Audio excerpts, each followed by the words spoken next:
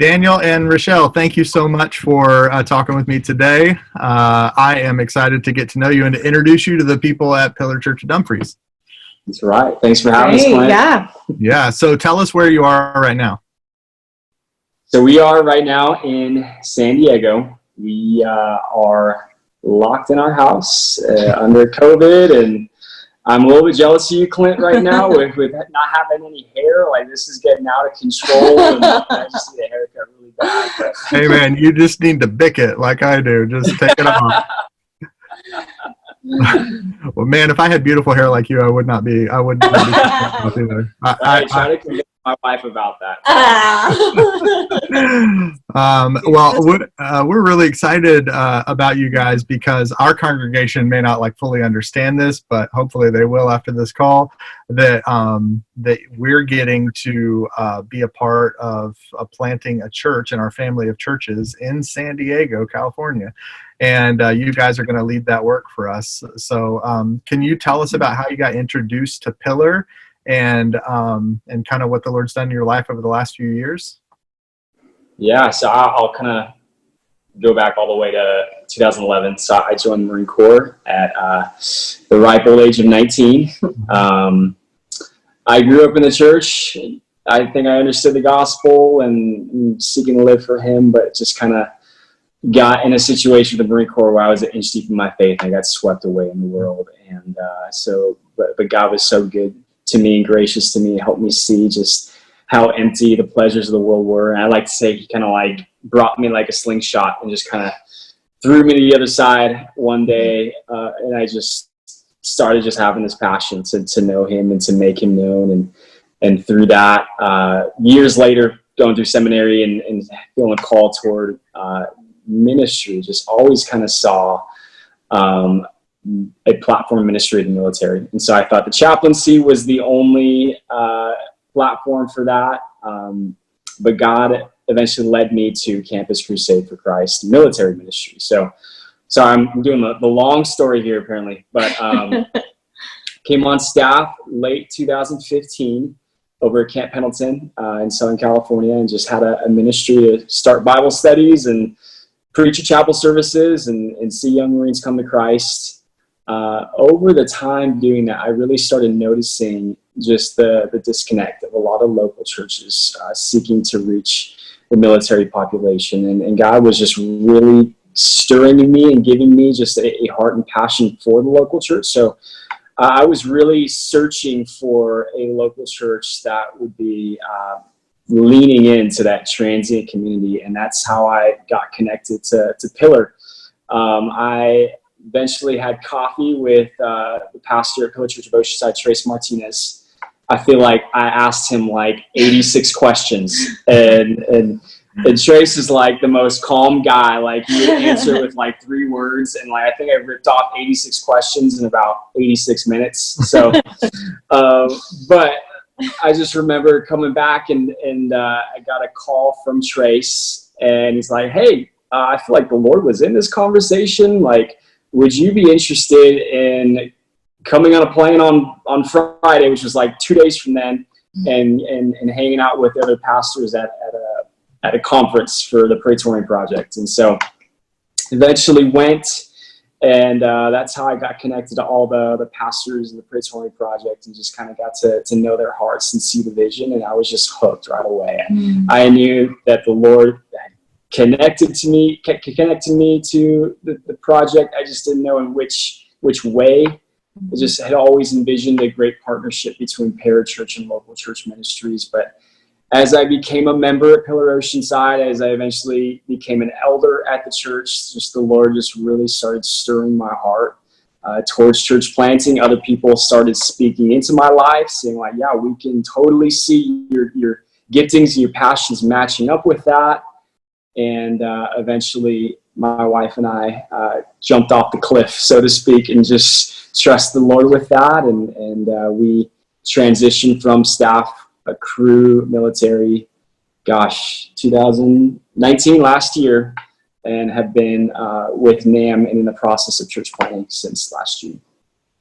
Hopefully that answered your question there. So. Yeah, no, that was a great answer. That was very thorough and clear. Okay.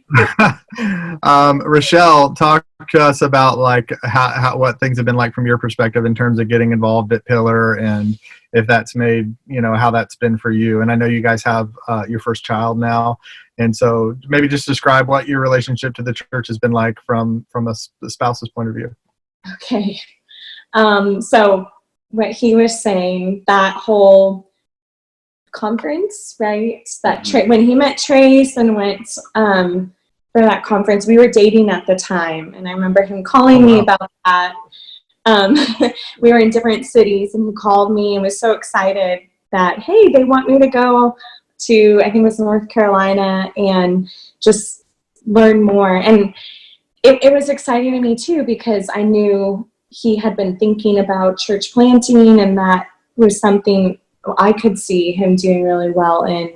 And so from there, that started a whole process where when we were engaged, got engaged, and we were really talking about even doing church planting, like right when we got married, and we didn't. We stayed with Crew Military, and military ministry is all new to me. And I knew I was happy to, I guess, be in military ministry, even though it's all new, like I said, but because he was in it. And so I was happy to serve with him. But the Lord really took me on, I think, about a year. So our first year of marriage, we were with Crew Military, and the Lord really changed my heart a lot, for especially the Marine Corps. And I'm praying now for sailors, as there's so many sailors here in San Diego, to see the just specific special needs, I guess, of the military community, and really break my heart for a group of people, the military, that I never thought I would ever be ministering to. Yeah. And so I've been excited, I think. Is that true? This whole church planting process. But right when we moved down to San Diego from Oceanside, transitioned from Crew Military to NAM. So we'd been married almost 2 years, and we had our daughter, so our one and only daughter, 2 or 3 weeks before we moved. Okay. And she's actually turning 1 this Saturday, so it's been a year. Gonna have a very low-key party, probably. Oh yeah. Oh yeah. Yeah, it's not what I thought for her first birthday, but it's all right. So this year, just as Daniel's been really with NAM prepping for church planting, and seeing our core team come together and all that, has not been how I thought it would be. Or even, I'm so happy to have my daughter, but just a lot of things I didn't think would, how I envisioned it to be. Right. Of just really, we were in ministry together with Crew, and then having my daughter has really changed for the better, but my whole life, and definitely the capacity that I at least thought I had before for doing ministry.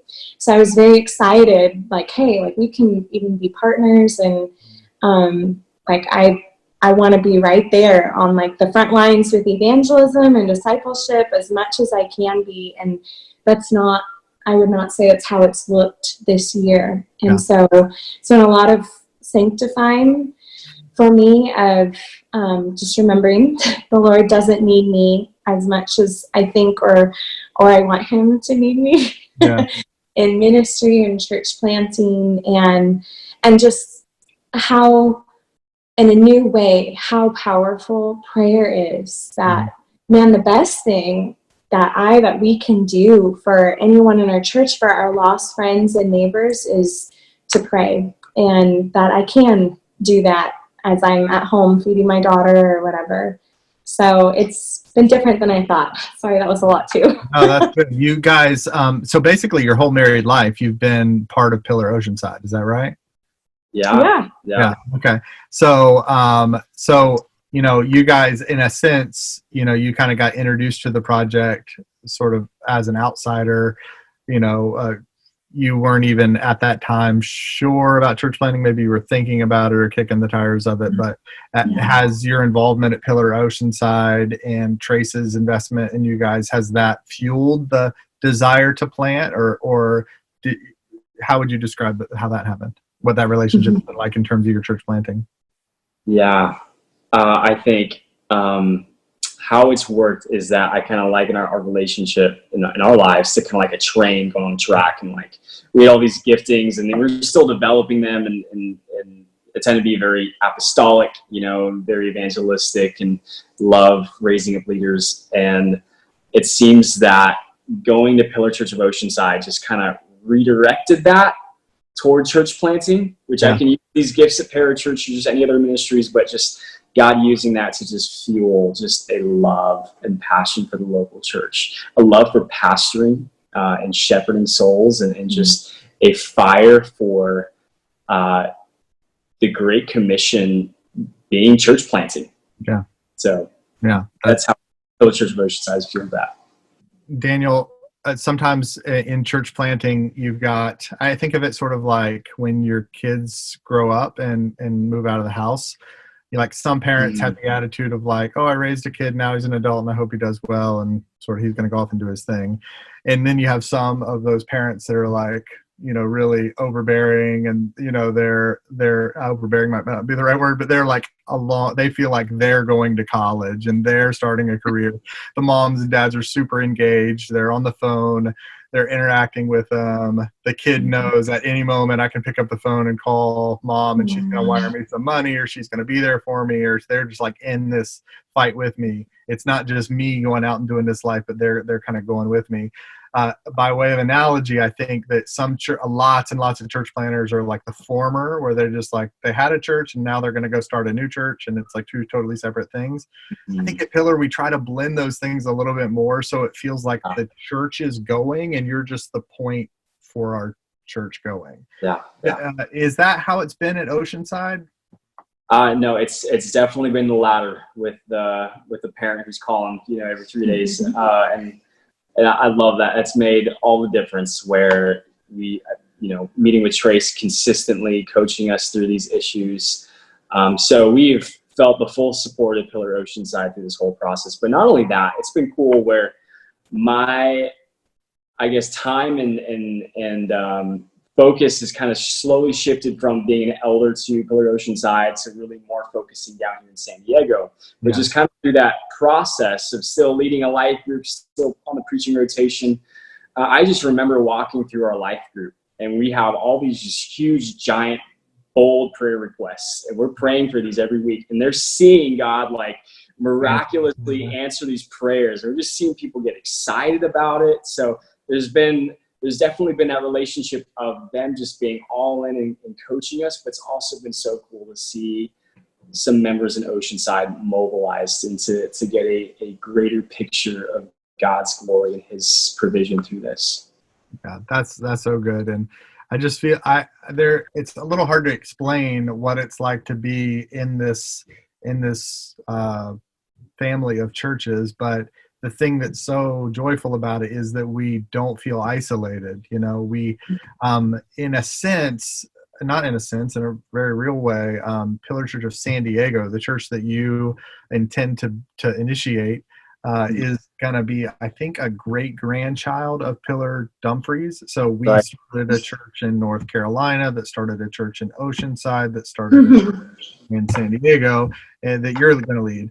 And so, we just had our 15th birthday, and to think about the how quickly that has gone and how meaningfully that's happened, and it to me is just like amazing. But the reason for it all is that we don't feel alone, or we don't feel independent. It's not one guy going and planting a church with his wife. It's we're all doing this together. And so in some sense, people at Pillar Dumfries are connected to this, not just in name, not just because we have the same name and same logo, but because we have the same mission together. And it's an extension, in a sense, of us and what we're doing. And it feels really, it's super encouraging from my point of view. And I think it emboldens us and makes us move faster, because we feel like we can do this, not just because it's not just on me, it's on all of us as a That's right. yeah. So, okay. So tell us a little bit about yourselves personally. You said you were on staff at Crew, which means essentially you were an evangelist. I mean, your kind of work was to share the gospel with people, disciple people in the military and help them grow. And also means that you raised your own salary. Is that right?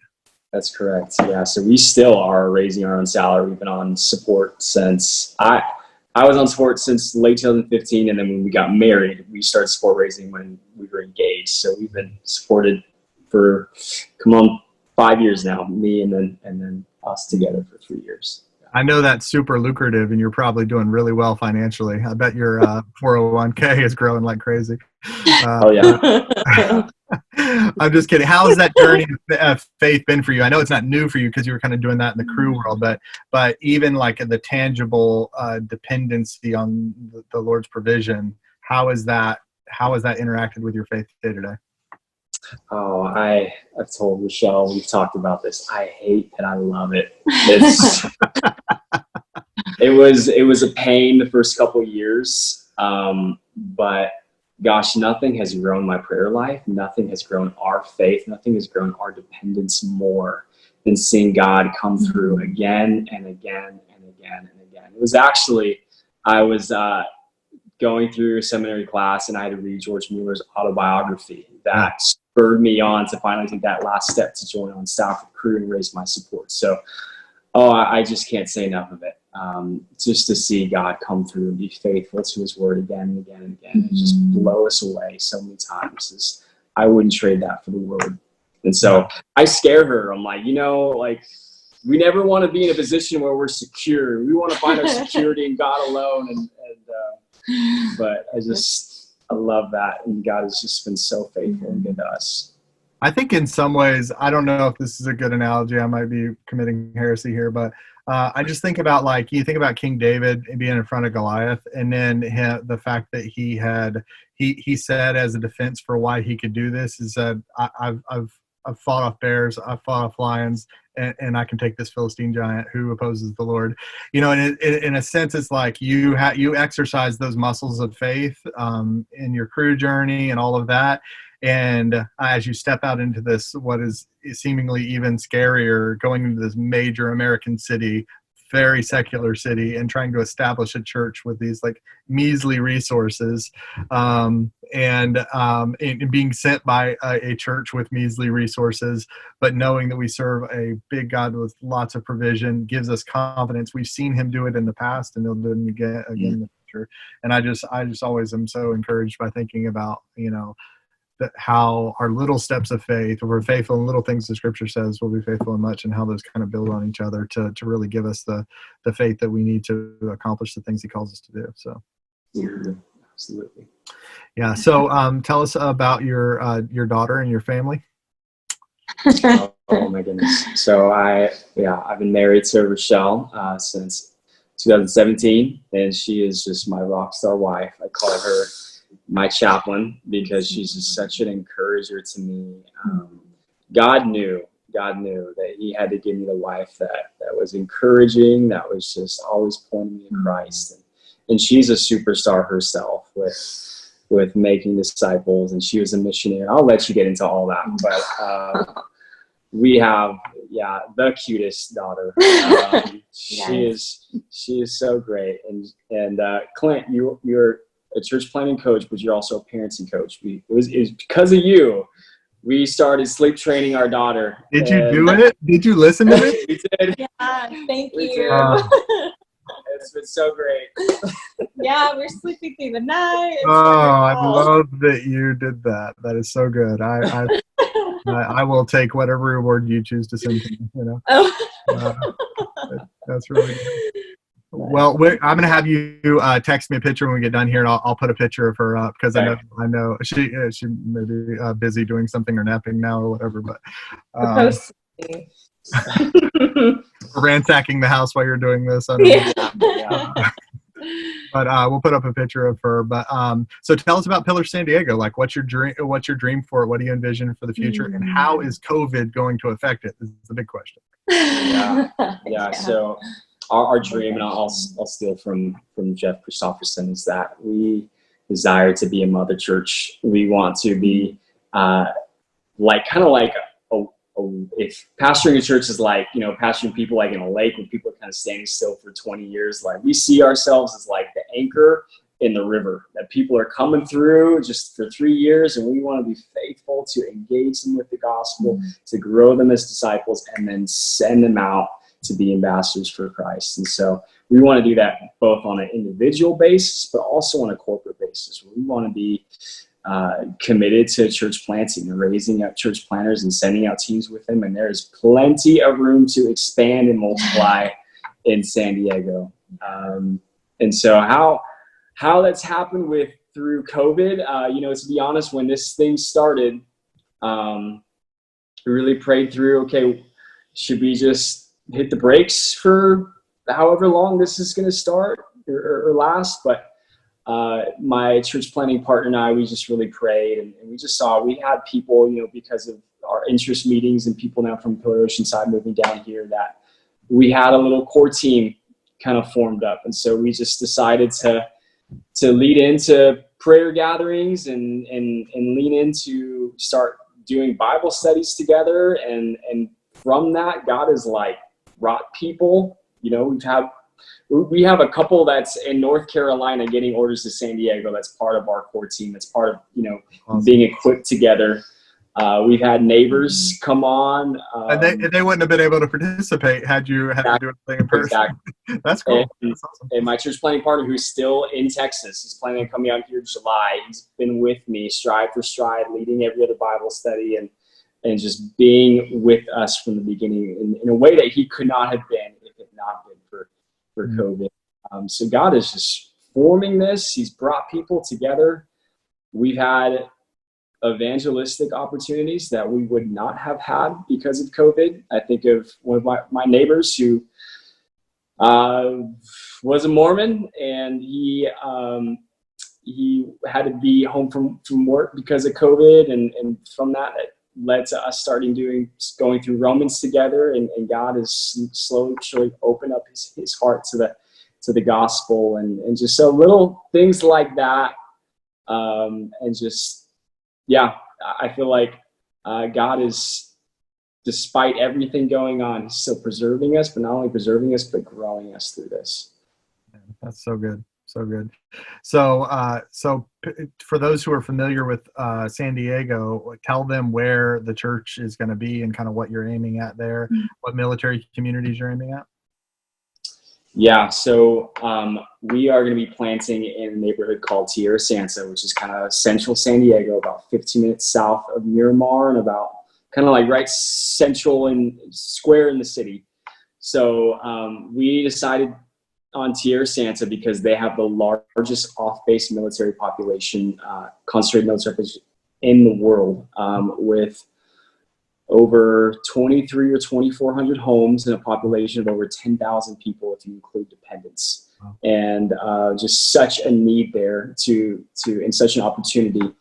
We chose that because it's central, and as we get started, people can also kind of drive in from other places in San Diego, but also we see it as like a hub where we can multiply to other parts of San Diego as the years go by. Man, that's so good. Well, it is really encouraging to hear from you guys and to get a glimpse of what's going on at Pillar San Diego. We can't wait to celebrate with you guys.